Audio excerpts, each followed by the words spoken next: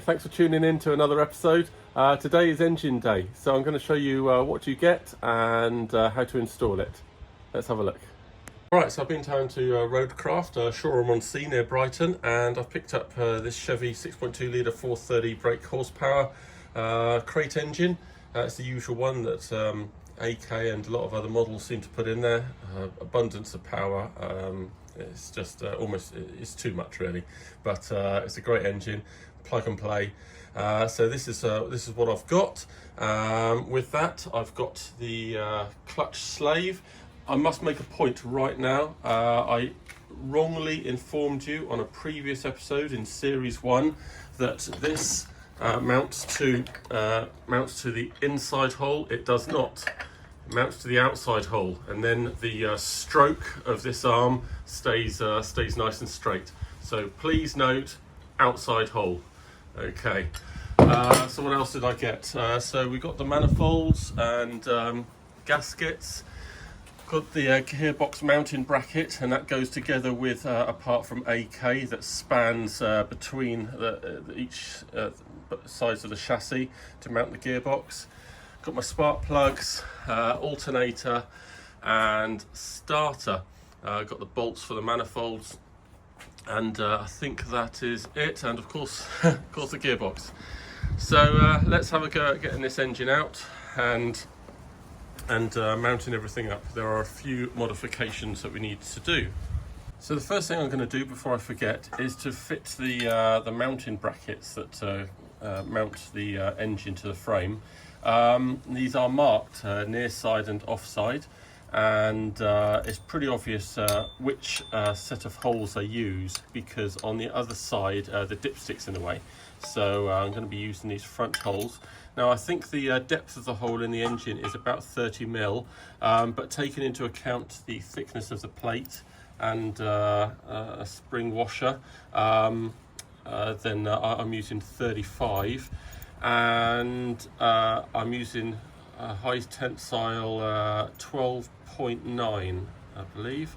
So all good there. So I'm going to whack these on, and once that's on, I'm going to look at putting the gearbox on. Okay, with the plates on, it's time to mount the gearbox. Now the gearbox is mounted by 4 bolts, however they're different lengths. The 2 on the right are shorter.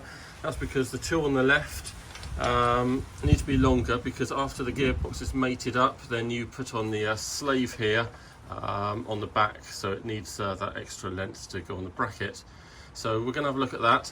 Now I understand there's some extra kind of strengthening webbing on this gearbox, so we may have to just modify the brackets here slightly, which is absolutely fine to do, and we're going to just notch this out with an angle grinder.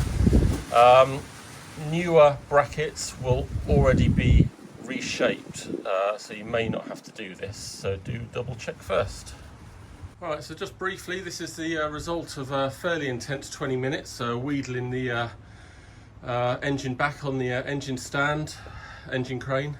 Obviously having to get past the jacks, jacking it up in a different place, remove the jack, get the engine past it, and then put it back down. Now the engine is in, and I don't need the crane again until this time next year. I am going to put my quick jacks underneath it. So I've got them stood up here.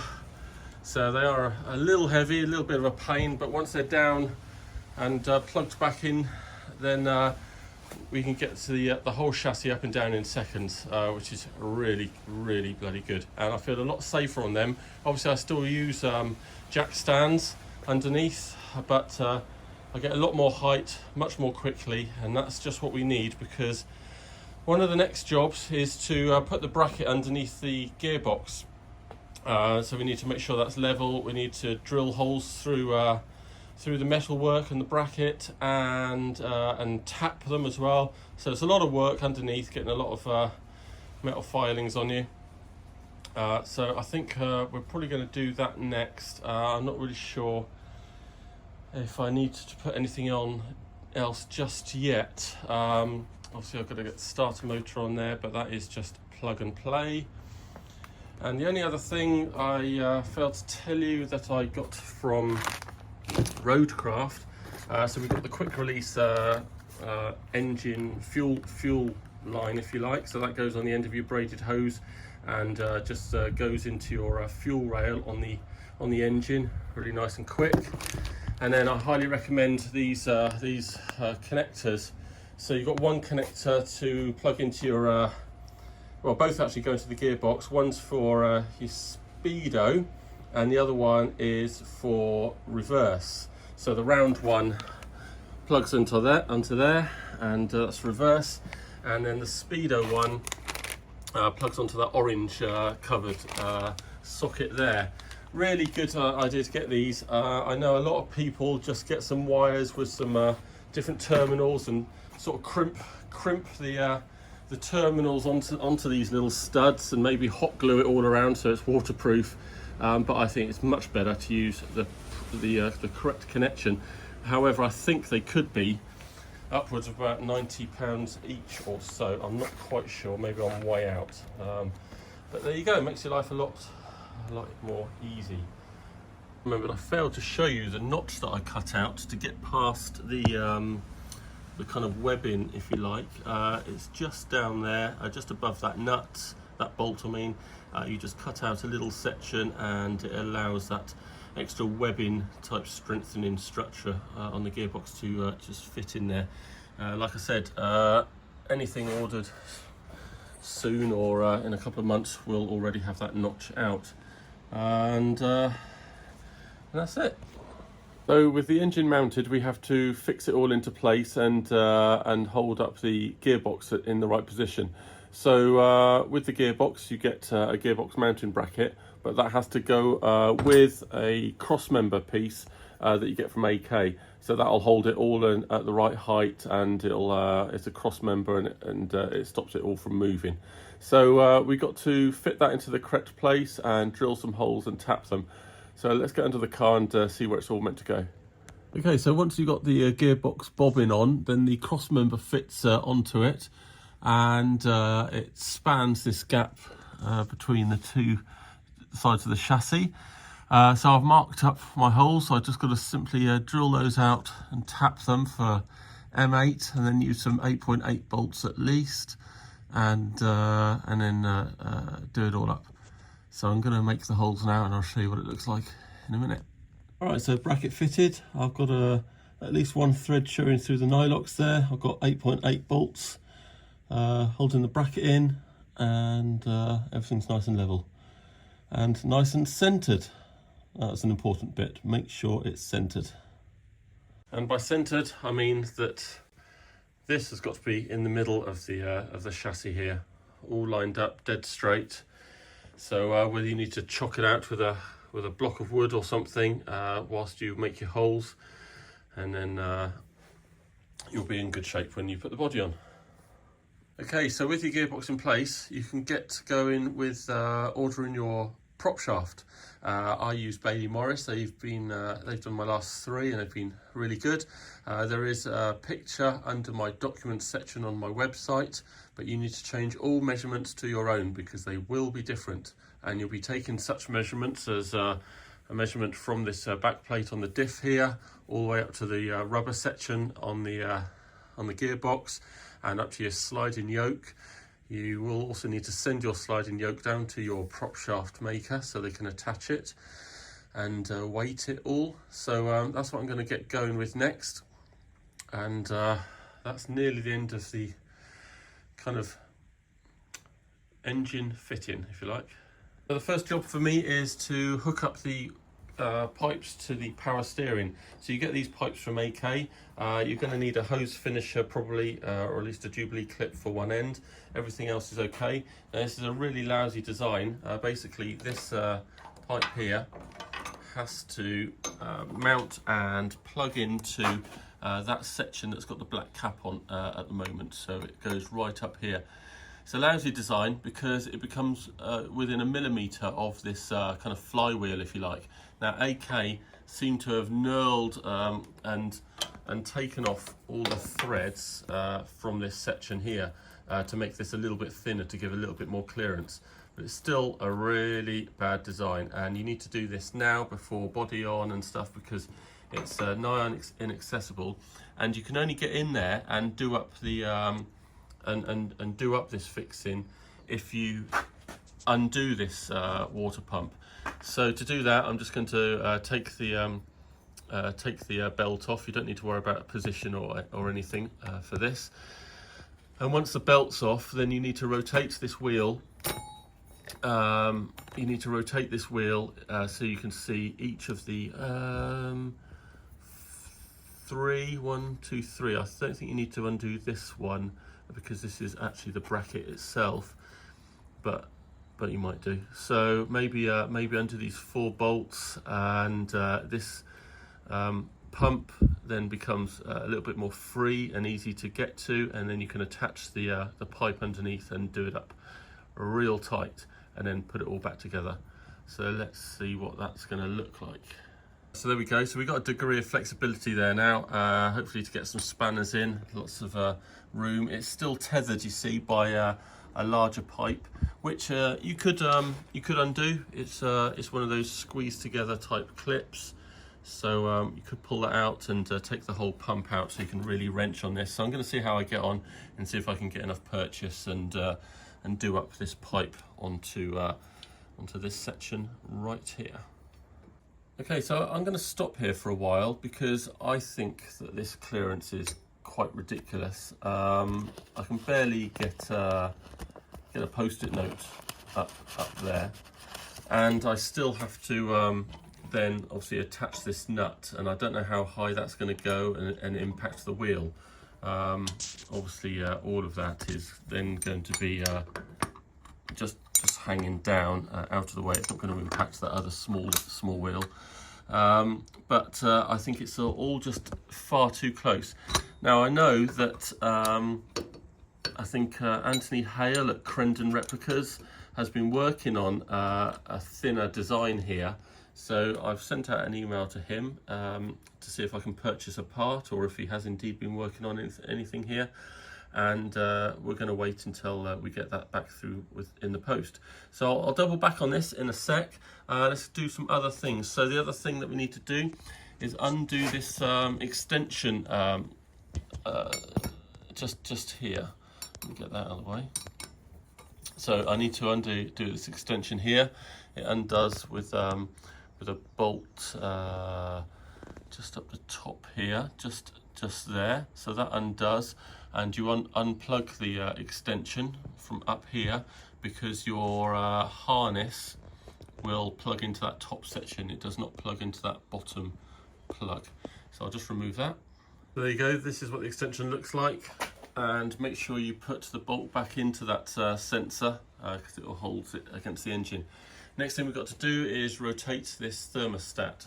The way it goes out at the moment wouldn't be a good routing for the pipe, so it's got to be just rotated 180 degrees, so it points inwards towards the engine, and we can hook up the pipes. So that's the thermostat rotated round. Now you might think that this belt is quite close now, however this tensioner actually goes up, and although it's too hard for me to move really, but it actually makes the clearance absolutely fine. There it gives a good 5 or 6 mil clearance by the time you've got the pipe and everything on here. So now we move on to the starter motor here. So this is just a plug and play, so the bolts go up through this block and will attach up into here. So that's all fine. Now what I like to do is cover this with heat reflective tape film, because it gets extremely hot. It's right next to the headers, and it will really shorten its lifespan. So you can get a purpose-made, shield sock that goes over it.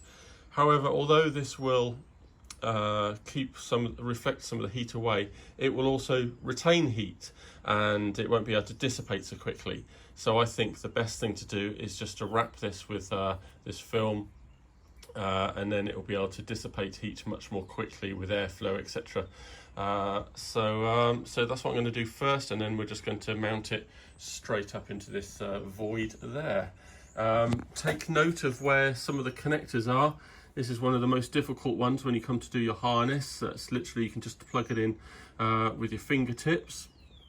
You've got one here, and I don't think that one is used. So just remember these two up here.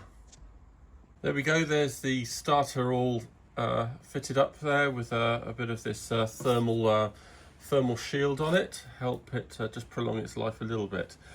So moving on to that, I'm now going to fit this oil pressure gauge. Now that fits into this fitting here. We need to take off the fitting that's already installed, and then hook up a couple of these extensions to be able to mount this unit there. So let me show you the order that they need to be put. Here we go. This is the correct fitting for all the oil pressure, all the thread reducers all in line, and then this fits into the side here. This one over here is for water temp. Now these connections here and here, I think this one's good, but these two leak a lot, especially when the oil's up to temp and it's got a bit thinner. Now I've got it on good authority from AK that you can use a bit of PTFE tape, so I'm going to just preempt and just do just a couple of winds around each one. However, I should think that this top one will need revisiting, but it's pretty easy to undo and quite accessible once the body's on, obviously, and you've got an engine running. So you can do that as well in the future. So there we go, oil pressure warning light all fitted, bearing in mind that you need to be finishing the tightening with, and still be able to have this fitted pointing outwards, because obviously the engine cover is in the way. So you might have to play with that. And now we're going to come round and we fit the water temp into here. So you remove the bolt that's already in there, and we screw that into there. Now it seems a touch loose, might put a bit of a PTFE around that as well. Alright, so the temperature sensor had a bit of an issue. So this wasn't even getting tight in the engine, and it butted up all the way to the block. So then I just was tightening this slightly, and this just sheared straight off. So I've got another one on order. In actual fact, I think I've got the correct thing on order. So instead of having this thread reducer, I've got the actual proper temperature sender, if you like, and it's all just one large brass piece. So there's nothing to shear off or break. So hopefully that will just screw in, and it's got a proper connector on the end, a little 2-pin Delphi connector, I think. So that's due here in a couple of weeks, so that will make it onto another video some other time, and hopefully that will resolve it. And if it doesn't, then I'll buy another one of these setups and not do it up so tight, or wrap more of the PTFE taper around this so it does actually tighten sufficiently in the block, and then not do this up quite so tight. Anyway, we'll see how we get on.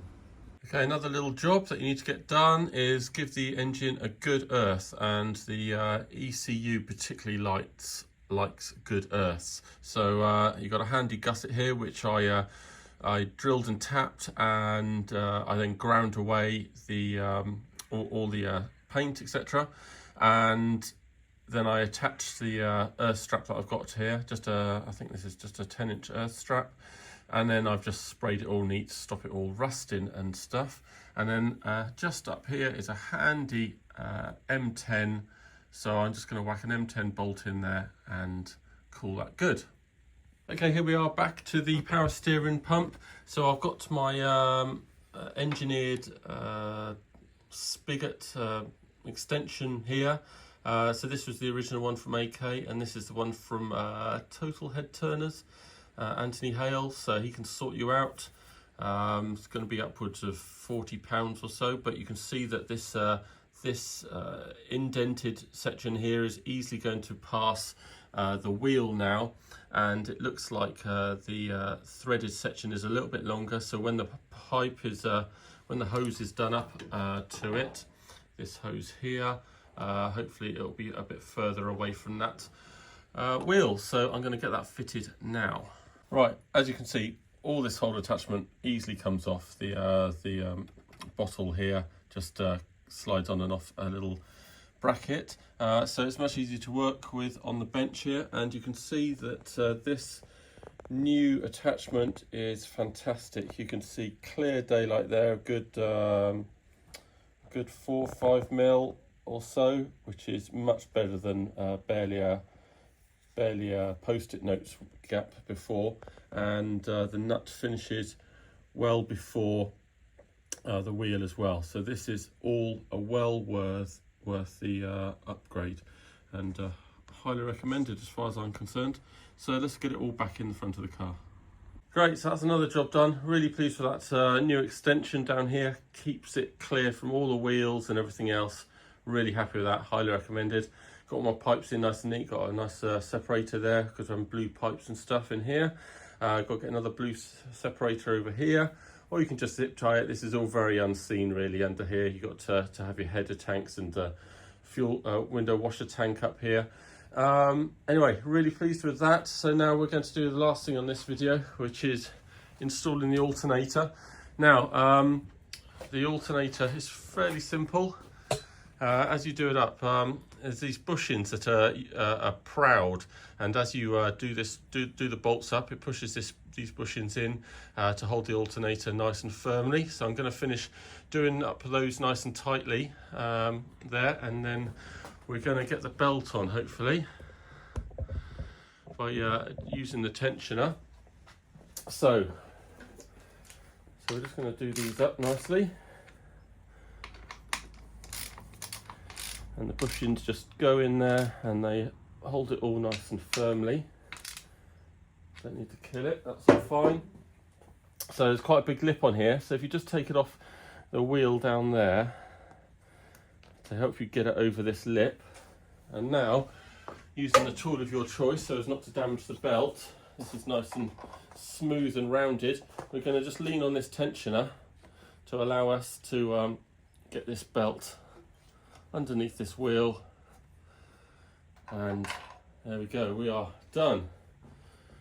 So fantastic. Right, so we've had a good old time fitting the engine. Fairly simple, but obviously a bit nerve-wracking as well with that kind of weight as a pendulum on your engine crane, but that all went very smoothly, and we got a lot of the accessories in place. So join me for the next video, and we're going to be doing maybe a bit of pipe work for the radiator, etc. I'll see you again.